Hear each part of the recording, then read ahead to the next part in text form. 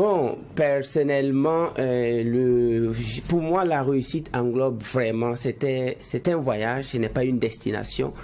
Parce que la réussite et le succès, parce qu'il y a des succès temporaires, on peut réussir sa journée, on peut réussir sa semaine, mais réussir sa vie est ce que nous enseignons. Et cette réussite est tout simplement un voyage, ce n'est pas une destination. Quelqu'un dit, bon, quand j'aurai 1 million le mois, j'ai réussi. Quand tu auras cette somme, tu vas voir qu'il y a encore des challenges à faire. Donc la réussite est un voyage où on apprend permanemment et tous les jours.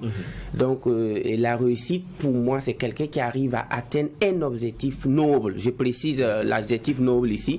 Un objectif noble qu'il s'est fixé sans vexer quelqu'un, sans voler, sans empêcher les autres d'atteindre leurs objectifs. Donc à partir de là, pour ma part, je trouve que c'est ça la réussite. Oui, parce qu'effectivement, on a des personnes qui, au soir de leur vie, à 60 ans, 70 ans, disent « Ouf, j'ai réussi ». C'est un abus de langage ou c'est une réalité? Bon, ben à ce moment, il faut lui demander, il a réussi quoi? Il a réussi où? Voilà, parce que la réussite, souvent, vous voyez, il y a des magazines qu'on appelle Forbes, il y a des magazines Success et tout. Bon, quelqu'un peut réussir peut-être dans une province burkinabé, il a réussi à amener la province à un certain niveau, il a réussi à sensibiliser, il a réussi peut-être à apporter peut-être de l'eau potable, un barrage. Donc lui, il peut faire son bilan et dire qu'il a réussi et il n'a pas tort. Donc chacun peut définir sa réussite en fonction de sa propre mission. Et parce que quelqu'un qui n'a pas d'objectif de vie, on ne peut pas venir lui dire qu'il a réussi. Vous pouvez voir quelqu'un dans sa Lamborghini et puis il pleure. Vous allez lui poser la question, il va dire que ça ne va pas, que les affaires ça ne va pas, que si ça continue comme ça, lui il risque vraiment. Mais à ce moment tu te dis, mais attends, tu te fous de qui? Mais il est quand même dans une grosse partie. Il est quand même dans une grosse Donc la réussite a des catégories. Voilà, quelqu'un qui a réussi aux États-Unis, c'est pas forcément la même définition que quelqu'un qui a réussi dans un pays qui n'a pas encore atteint l'autosuffisance alimentaire. Donc du coup, moi je veux que la réussite soit définie par celui-là même qui parle de son succès. Qu'est-ce que tu as pu réaliser?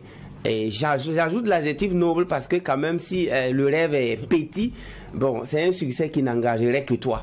Mais la réussite, quand quelqu'un réussit, il a impacté de façon directe ou indirecte et de façon consciente ou inconsciente minimum 1000 personnes. Minimum.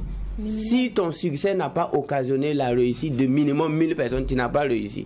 Ah ouais. Non. Mais je peux m'avoir acheté, comme vous le dites, une voiture de luxe, une belle villa. J'ai peut-être acheté un véhicule pour ma maman et pour mon père, mais j'ai réussi. Tu as réalisé, mais tu n'as pas réussi. Ça, la réalisation, c'est personnel.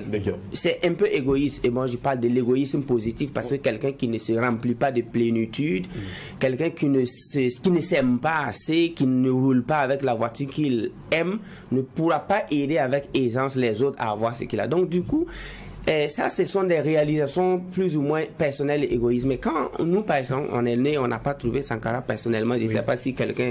moi, je ne suis pas aussi vieux que ça, mais je suis né après. C'est après que j'ai appris son histoire et tout, après 1987. Mais il a tellement réussi que les Burkinabés de 2150 vont profiter de lui.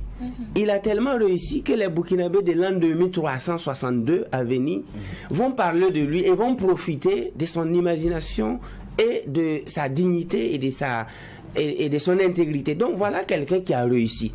Donc si ton succès n'arrive pas à influencer de façon directe, quand je dis de façon directe, c'est quand ils vont venir te voir.